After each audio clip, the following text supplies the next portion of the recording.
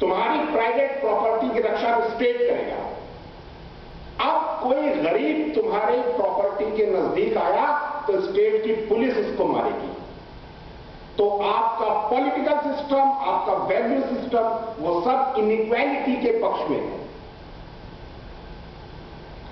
अब ये एक स्ट्रक्चर बन जाता है और ये स्ट्रक्चर अपने आप में वायलेंट है। अब इसमें गरीब हमेशा गरीब रहेगा, अमीर हमेशा अमीर रहेगा। और हमको ये वायलेंस दिखता नहीं है क्योंकि हम इसके बेनिफिशियरी हैं। हम इस स्ट्रक्चरल वायलेंस के बेनिफिशियरीज हैं, इसलिए हम इस पर क्वेश्चन नहीं करते हैं कभी। लेकिन जो दिन भर मेहनत करने के बाद शाम को भूखा सोता है,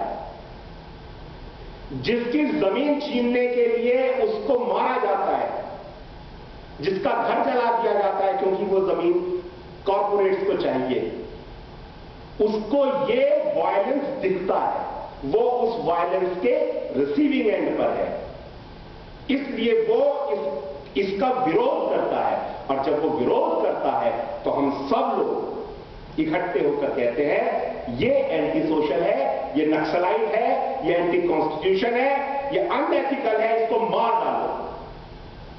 और हम जिन्होंने उसको इस हालत में यहां तक धकेला कि उसको हम कानून में कोई जस्टिस नहीं देते, सोशल स्ट्रक्चर में जस्टिस नहीं देते, इकोनॉमिक, पॉलिटिकल, किसी भी तरह का जस्टिस हम डिनाई कर देते हैं उसको, हर तरह का जस्टिस। और उसके बाद हम कहते हैं कि अब ये आवाज उठा रहा है, ये अनएथिकल है, ये वायलेंट है। छत्तीसगढ़ में जब मैं और मेरी पत्नी गए, हम लोगों ने वहां देखा कि आदिवासी स्कूल है लेकिन टीचर नहीं है, कोई बच्चा 5वीं से ज्यादा पढ़ा हुआ नहीं है, टीचर ही नहीं आते हैं, रेशन शॉप पर रेशन नहीं मिलता है, बहुत लोग बीमार हैं, दवाई नहीं मिलती है। हम लोगों ने उन चीजों पर काम करना शुरू किया। और जब हमने लोगों के अधिकारों के लिए बात करनी शुरू की तो सरकार ने कहा कि हम लोग नक्सली हैं। सरकार कहती है कि नक्सली डेवलपमेंट नहीं चाहते, लेकिन जैसे ही आप कहीं भी गरीबों के बीच में जाकर अगर उनके अधिकारों के लिए बात शुरू करें तो आपके ऊपर सबसे पहला जो एलिगेशन लगेगा कि आप नक्सली हैं, आप लोगों के अधिकारों के लिए क्यों लड़ रहे हैं। खैर, हमने उसकी परवाह नहीं की और हमने अपना काम जारी रखा। फिर 2000 में छत्तीसगढ़ स्टेट मध्य प्रदेश स्टेट से अलग हुआ और बहुत सारे कॉर्पोरेट्स को गवर्नमेंट ने इनवाइट किया कि आप आइए और आकर यहां पर माइनिंग के लिए आप इन्वेस्ट करिए। अगर आप एक चीज पर ध्यान दें कि हिंदुस्तान में जहां जहां अभी कॉन्फ्लिक्ट चल रहा है, वायलेंस हो रहा है, वो कौन से इलाके हैं, आप एक मैप लें हिंदुस्तान का और उसमें आप मिनरल्स कहां कहां हैं उसको मार्क करिए। और एक दूसरा आप इलाका लीजिए, उसमें ट्राइबल्स कहां कहां हैं वो इलाका मार्क कीजिए। और तीसरा लीजिए कि कॉन्फ्लिक्ट कहां कहां है, नक्सलाइट्स कहां कहां है, उसको मार्क कीजिए।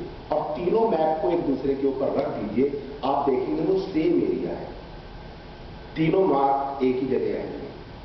जहां मिनरल्स हैं वहीं ट्राइबल्स हैं, वहीं झगड़ा है।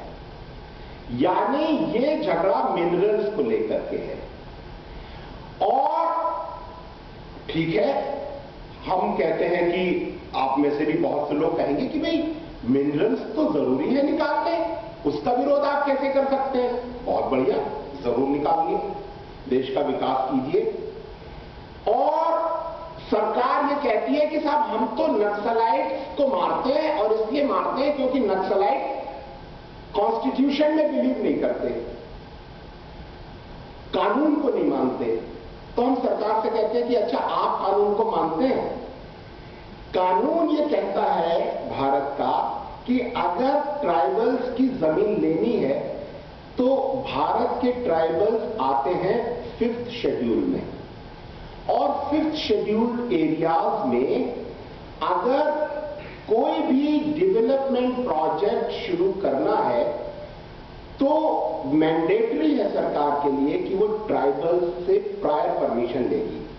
कलेक्टर एक लेटर लिखेगा विलेज पंचायत को कि हम आपके गांव में ये माइनिंग करना चाहते हैं, आप परमिशन देते हैं, तो ग्राम सभा उसको परमिशन देगी कि ठीक है हम परमिशन देते हैं, प्रिलिमिनरी परमिशन।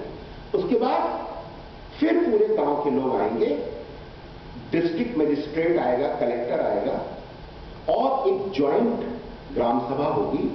उसमें एक एक आदमी का रिहेबिलिटेशन प्लान तैयार होगा। ओके, इनकी जमीन के बदले में इनको क्या दिया जाएगा, इनके बेटे को क्या नौकरी दी जाएगी, इनकी वाइफ को क्या नौकरी दी जाएगी, इनके कुएं के लिए कितना कैश दिया जाएगा, फिर इनका होगा, फिर इनका होगा।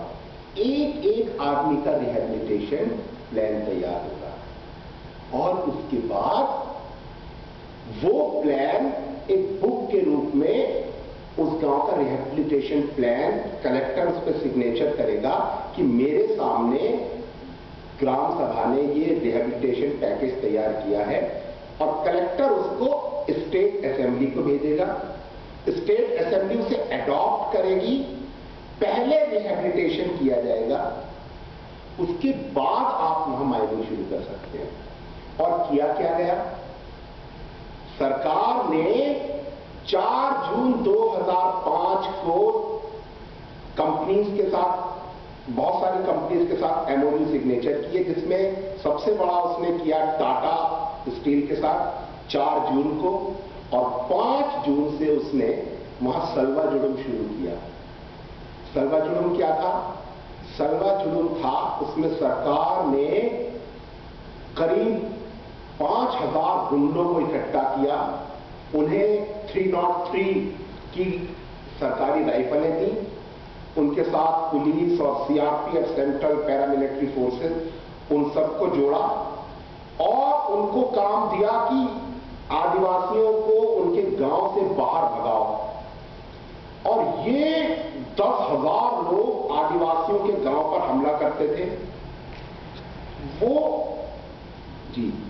वो ट्राइबल्स इतने सीधे हैं, अभी हमारे प्राइम मिनिस्टर कहते हैं कि ये जो बस्तर में लोग हैं, वहां जो कॉन्फ्लिक्ट हो रहा है, ये हिंदुस्तान के लिए सबसे बड़ा थ्रेट है, इंटरनल सिक्योरिटी थ्रेट है, ग्रेटेस्ट। और वो ट्राइबल्स ऐसे हैं कि मैं और मेरी वाइफ जब वहां गए, और हमारी 2 बेटियां हुई वहीं पर, और वो दोनों